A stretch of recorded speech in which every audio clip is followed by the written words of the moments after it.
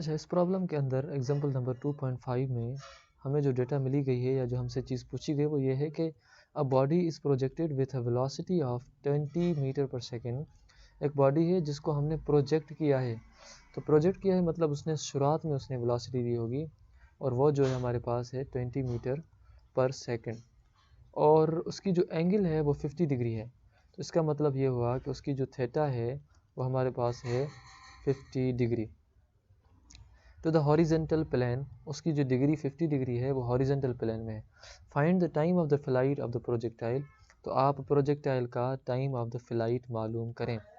लेकिन time of flight मालूम करने के लिए, और ये जो चूँकि हम फ्लाइट में जा रही है मतलब ऊपर जा रही है, तो वहाँ ग्रेविटी का वैल्यू भी हमने लिखना होगा। ग्रेविटी का वैल्यू आप 9.8 लिखें या 10 लिखें कोई इशू नहीं, लेकिन बेहतर ये है कि आप 9.8 लिखा करें। अगर आप एमसीक्यूज़ में बैठे हों तो आप 10 लिखें ताकि आपका एमसीक्यूज़ जल्दी हो जाए। अब हमने ये करना है कि हमने इस चीज़ का लिखना है सॉल्यूशन। अगर हमने सॉल्यूशन लिखना है तो हमसे पूछ रहा है टोटल टाइम ऑफ फ्लाइट। तो टोटल टाइम ऑफ फ्लाइट का टोटल टाइम ऑफ फ्लाइट का हमने फार्मूला लिखा था t is equal to v not sine theta upon g. तो इस तरीके से हमारे पास जो t है वो सेम है। ये फार्मूला हम ऐसा ही लिखते हैं ताकि हम इन चीज़ों को एक दूसरे के सामने कंपेरेटिवली लिख सकें। t is equal to 2v not sine theta upon g हमारे पास है, और t हमने टोटल फाइंड करना है। तो t हमने सेम लिखा, v नॉट का जो वैल्यू है v नॉट का हमने लिखा वो 20 है। इसी तरीके से जो साइन है वो हमने साइन लिखा, और थीटा की जगह हमने एंगल लिखी। वो एंगल जो बना रहा है वो है 50 डिग्री, तो हमने यहाँ लिखा 50। अपान में हमने लिखा g।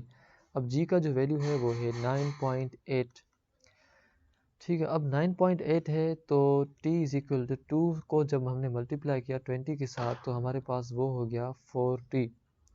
2 multiply by 20 is equal to 40 and multiply by sine 50। अब हमने जो वैल्यू लेना है वो लेना है साइन 50 डिग्री का, और 50 हमने पहले लिखा, और इस 50 का अब हम करने जा रहे हैं साइन।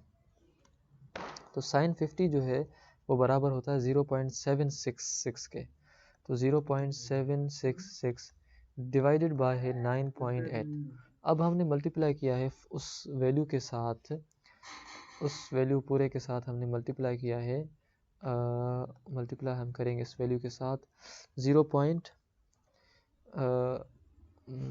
चलो हमने 0.766 लिखा, और उसके साथ हमने मल्टीप्लाई करना है 40 को। हमने इसके साथ जब मल्टीप्लाई किया 40 तो हमें वैल्यू मिला 30.64। तो t is equal to 30.64 divided by 9.8। तो t इज इक्वल टू जब 30.64 को हम डिवाइड करेंगे 9.8 से तो हमें वैल्यू क्या मिलता है, डिवाइडेड बाय 9.8 वैल्यू मिला हमें 3.126। तो 3.126 हमें वैल्यू मिला, लेकिन ये वैल्यू टाइम का है इसी वजह से हमने इसके साथ लिखा सेकंड। तो हमें जो टोटल टाइम मिला वो मिला है 3.12 सेकंड।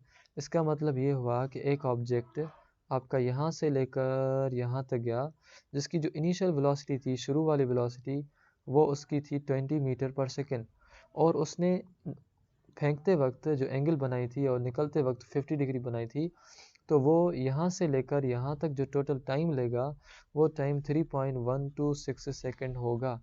तो इस हिसाब से हम ये जो प्रॉब्लम्स है वो करते हैं।